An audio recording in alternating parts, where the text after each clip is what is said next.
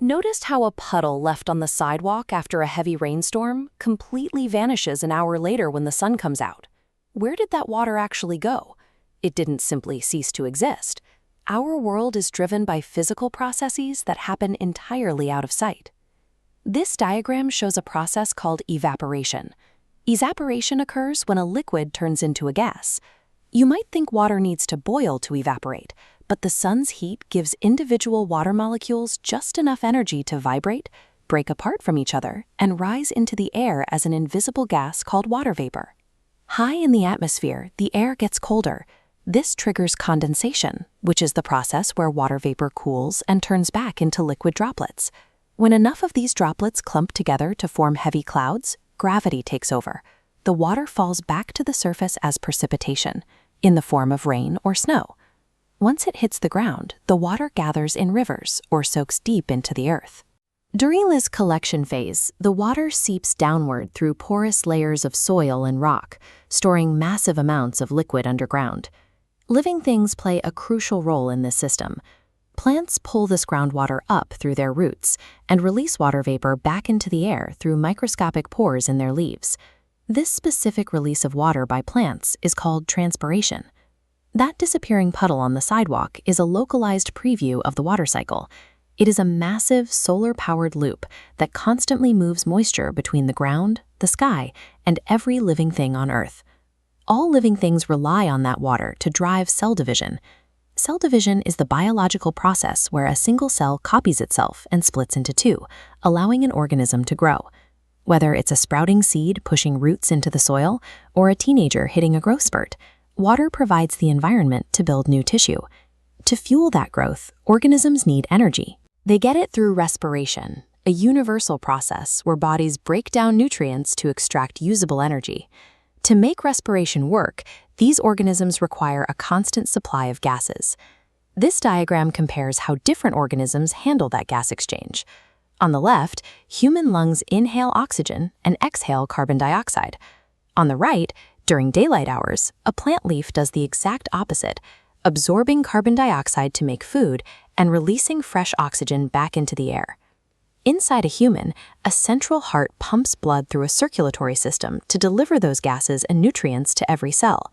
Plants don't have a heart, but as you can see on the right, they use a vascular system. This network of vertical channels, known as xylem and phloem, moves water up from the roots and distributes the food produced in the leaves. If you press 2 fingers to your wrist, you can physically feel this system at work. When you exercise, your pulse speeds up. Your body's mechanical pump works harder to deliver oxygen-rich blood to the muscles demanding it.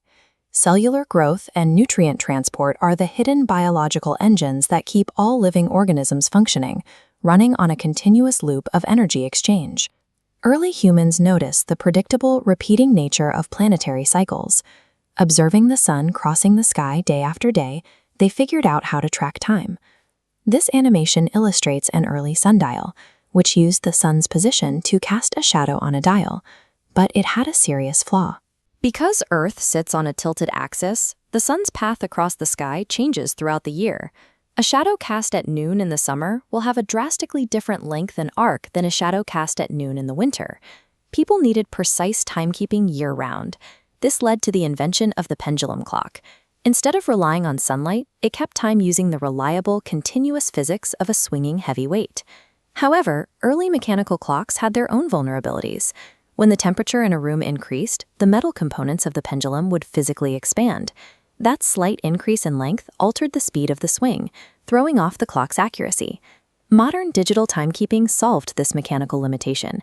The smartphone in your pocket triggers alarms by counting the microscopic, ultra-stable vibrations of a tiny quartz crystal, remaining perfectly accurate regardless of weather.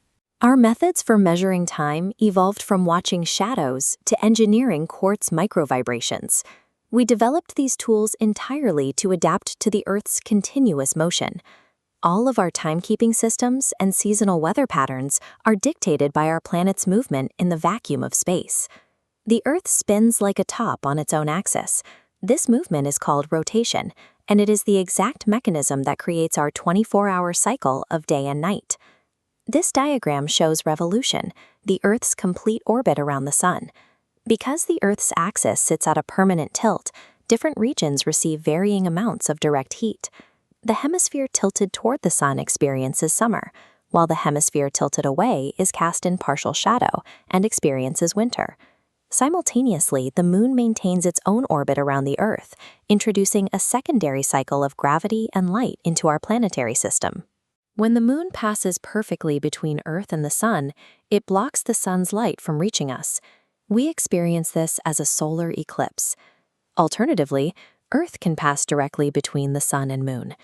Our planet casts a massive shadow over the lunar surface, creating a lunar eclipse. The mechanics of our solar system dictate our daily routines, shape our seasonal weather, and produce the celestial events we observe from the ground.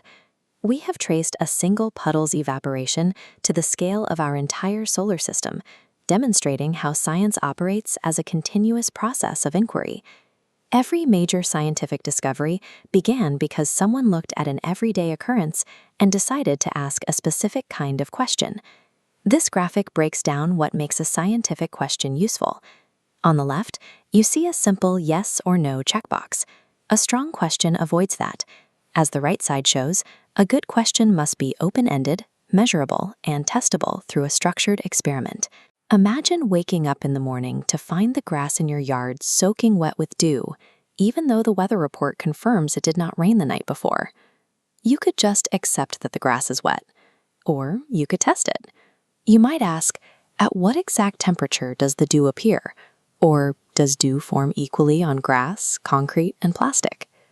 Our world functions through these interconnected systems, operating constantly and waiting for a curious observer.